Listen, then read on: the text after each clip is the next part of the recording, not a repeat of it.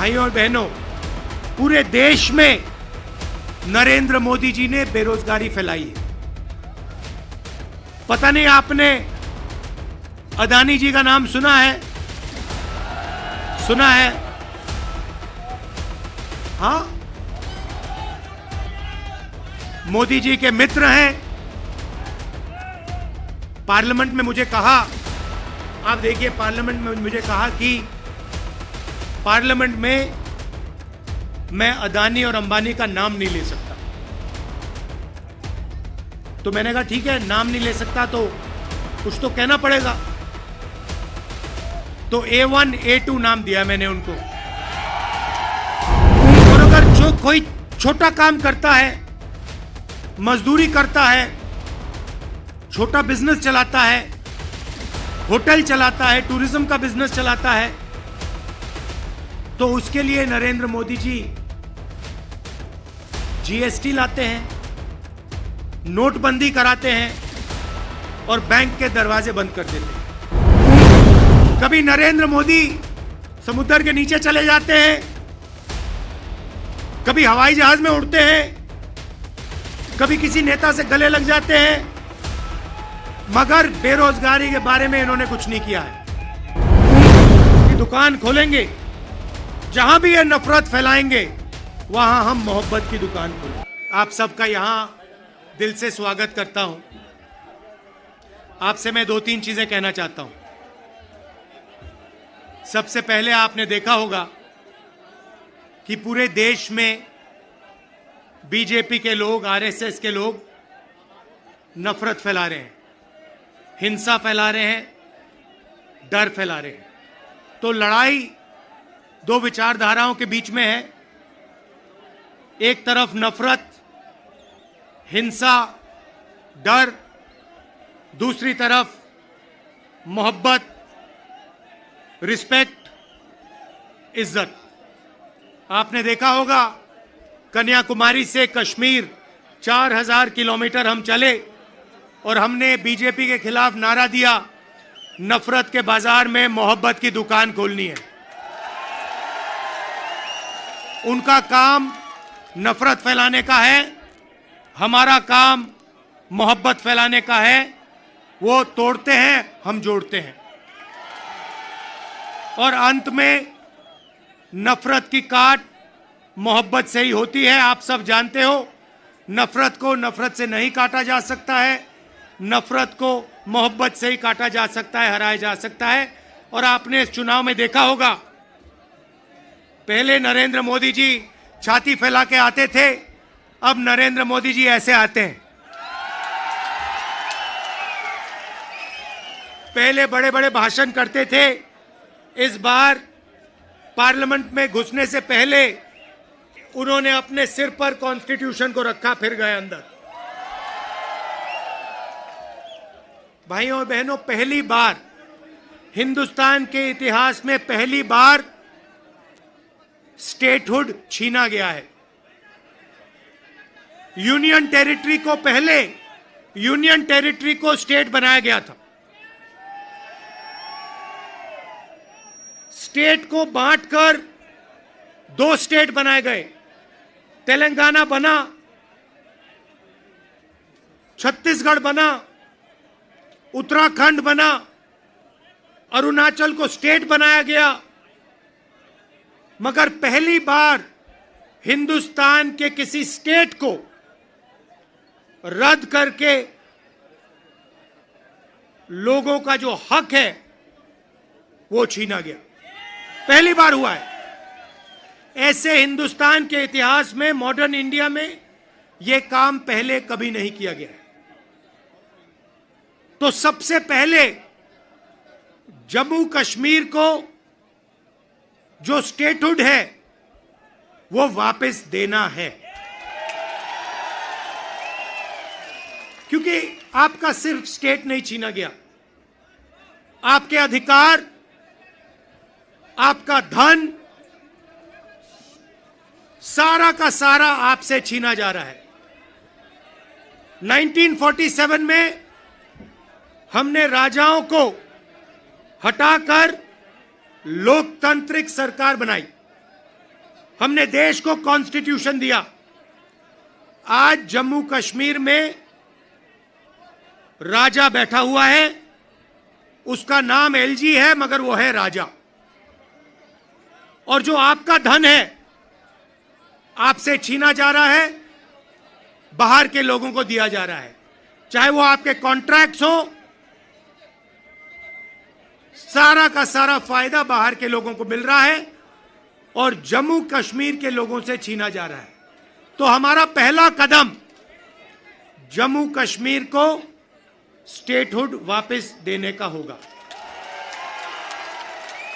हम चाहते थे कि चुनाव से पहले आपको स्टेटहुड मिले और स्टेट बनने के बाद चुनाव हो। बीजेपी ये नहीं चाहती है और उन्होंने कहा है कि पहले चुनाव होगा और उसके बाद स्टेटहुड की बात होगी। और हम कह रहे हैं कुछ भी होगा, जम्मू कश्मीर के लोगों को स्टेटहुड हम दिलवाएंगे। बीजेपी चाहे ना चाहे, इंडिया गठबंधन इतना दबाव डालेगी कि जम्मू कश्मीर के लोगों को स्टेटहुड देना ही होगा।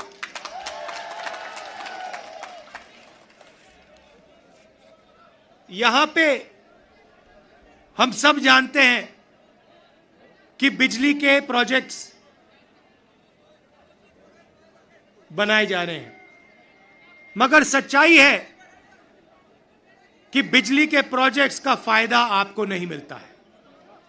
कहा गया है कि प्रोजेक्ट के 5 किलोमीटर रेडियस में आप लोगों को बिजली मिलेगी, फ्री में बिजली मिलेगी, मगर वो नहीं हो रहा है।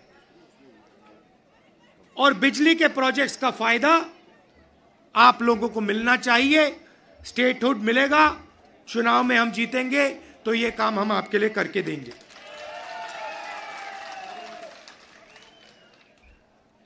आप देश के लोगों को बिजली दे रहे हो और आपके जेब में से बिजली का पैसा लिया जा रहा है, छीना जा रहा है, ज्यादा रेट देते हो आप। ये अन्याय है, इसको हम ठीक करेंगे।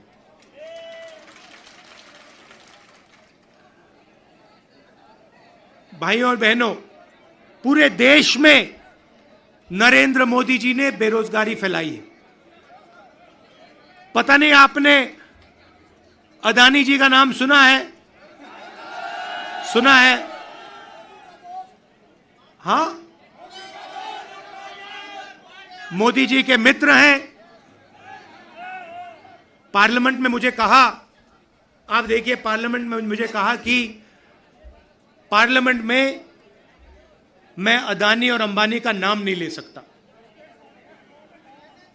तो मैंने कहा ठीक है, नाम नहीं ले सकता तो कुछ तो कहना पड़ेगा। तो A1 A2 नाम दिया मैंने उनको। हम दो, हमारे दो, नरेंद्र मोदी, अमित शाह, अंबानी, अदानी, इनकी सरकार चल रही है। और अगर कोई छोटा काम करता है, मजदूरी करता है, छोटा बिजनेस चलाता है, होटल चलाता है, टूरिज्म का बिजनेस चलाता है, तो उसके लिए नरेंद्र मोदी जी जीएसटी लाते हैं, नोटबंदी कराते हैं और बैंक के दरवाजे बंद कर देते हैं। और पूरी की पूरी सरकार इन 2 अरबपतियों के लिए चलाई जा रही है। ये मैं आपको कहता हूं कि अगर आप देखेंगे तो ये जो आपसे स्टेटहुड छीना गया है, इसका भी लक्ष्य उन्हीं 2 अरबपतियों की मदद करने का है। और जम्मू कश्मीर के जो लोग हैं, जो व्यापारी हैं, जो इस प्रदेश को, इस देश को रोजगार देते हैं, चाहे वो टूरिज्म की बात हो, हैंडीक्राफ्ट्स की बात हो, उन सब को ये दबा कर रखते हैं। जो हालत देश में है उससे खराब हालत जम्मू कश्मीर में है। देश से ज्यादा बेरोजगारी यहां जम्मू कश्मीर में। और ये उल्टी सीधी बात करते हैं। कभी नरेंद्र मोदी समुद्र के नीचे चले जाते हैं, कभी हवाई जहाज में उड़ते हैं, कभी किसी नेता से गले लग जाते हैं, मगर बेरोजगारी के बारे में इन्होंने कुछ नहीं किया है। तो यहां हमारे एक युवा नेता हैं, एक बात मानकर चलो, यहां पर कांग्रेस पार्टी की अलायंस की सरकार आ रही है। ये निश्चित है, ये होने जा रहा है। और हमारा पहला काम, हमने नेशनल मैनिफेस्टो में कहा और मैं यहां भी कह रहा हूं, जो भी सरकारी वैकेंसीज हैं उनको हम भरेंगे और एज को हम 40 साल तक एक्सटेंड कर देंगे। जो डेली वेज का काम करते हैं उनको हम रेगुलराइज करेंगे, परमानेंट करेंगे और उनकी जो आमदनी है उसको हम बढ़ाएंगे। मगर हमारा लक्ष्य होगा कि हम सबको लेकर एक साथ मिलकर जम्मू कश्मीर की सरकार चलाएं, सबकी रिस्पेक्ट हो, सबको एक साथ लेकर हम चलें। और जैसे मैंने देश में वहां बाकी देश में कहा, भारत जोड़ो यात्रा में हर स्टेट में कहा, नफरत को मिटाना है। जहां भी ये नफरत की दुकान खोलेंगे, जहां भी ये नफरत फैलाएंगे, वहां हम मोहब्बत की दुकान खोलेंगे। आखिरी बात मैं आपसे कहना चाहता हूं,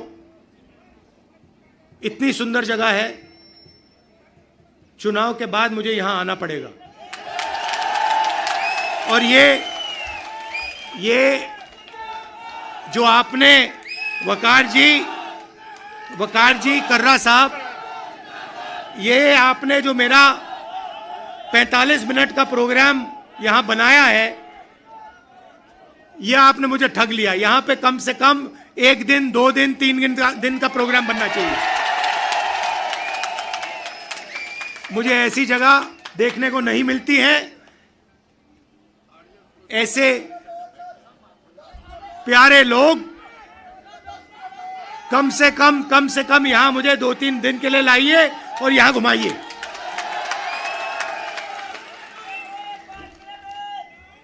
पांच मिनट, 10 मिनट, जितना चाहते हो, कोई प्रॉब्लम नहीं है। हाँ,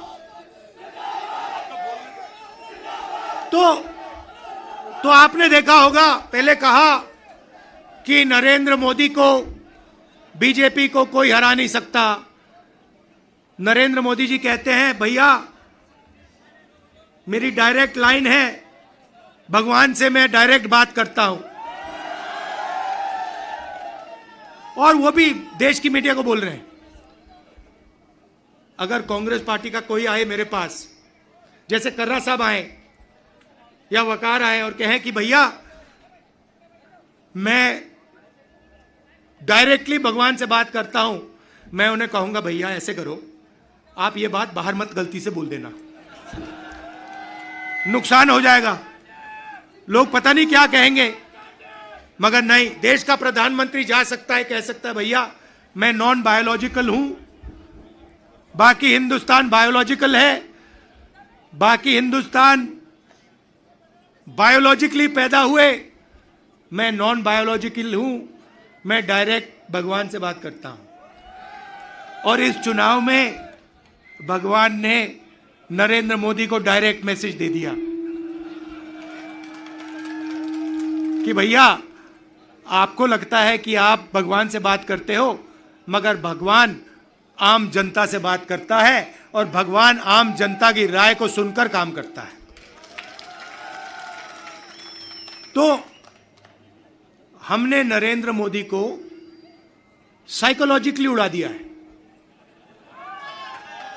मैं आपको बता रहा हूं, मैं पार्लियामेंट में बैठता हूं, उनके सामने पार्लियामेंट में बैठता हूं, पूरी कॉन्फिडेंस गायब हो गई उनकी। इंडिया गठबंधन खड़ा हो गया, एक साथ मिलकर हम लड़े पूरी की पूरी कॉन्फिडेंस हिंदुस्तान के प्रधानमंत्री की गायब हो गई है। आप मुझे बताओ, आप देखो, उन्होंने पहले कहा कि जाति जनगणना नहीं होगा, हमने कहा जाति जनगणना होगा। अब आरएसएस के लोग कह रहे हैं भैया जाति जनगणना सही बात है। फिर वो उन्होंने कहा कि हम लैटरल एंट्री से बाहर के लोगों को सरकार में लाना चाहते हैं। हमने कहा ऐसे नहीं होगा। पार्लियामेंट में बात उठाई, थोड़ा सा दबाव डाला, बीजेपी के लोग कहते हैं नहीं भैया लैटरल एंट्री नहीं होगी। तो अब एक बात समझ लो, अब नरेंद्र मोदी हिंदुस्तान की जनता से डरते हैं और अब बस थोड़ा सा समय बचा है। नरेंद्र मोदी, बीजेपी, इनको हम सरकार से हटा देंगे।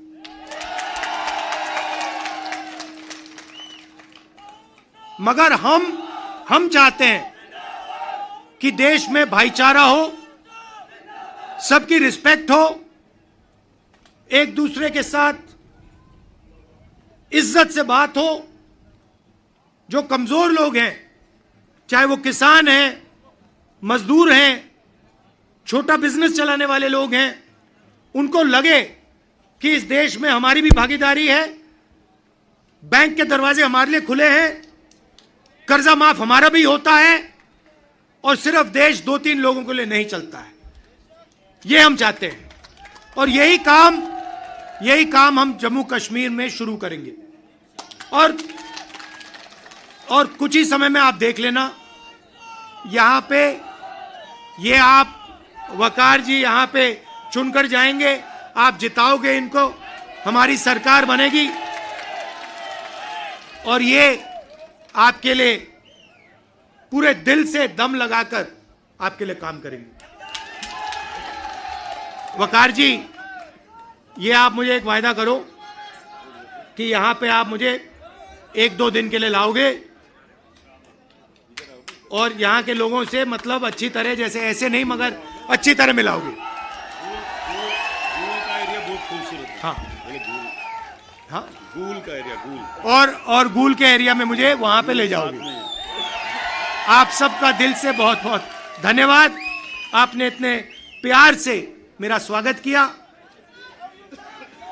धन्यवाद, नमस्कार, जय हिंद। शुक्रिया। नमस्कार, मैं अमित कुमार। आप देख रहे हैं नेशनल टाइम्स 24 न्यूज। देश दुनिया की बड़ी खबर देखने के लिए नेशनल टाइम्स 24 न्यूज को सब्सक्राइब करें, लाइक करें, कमेंट करें और शेयर करना ना भूलें। धन्यवाद।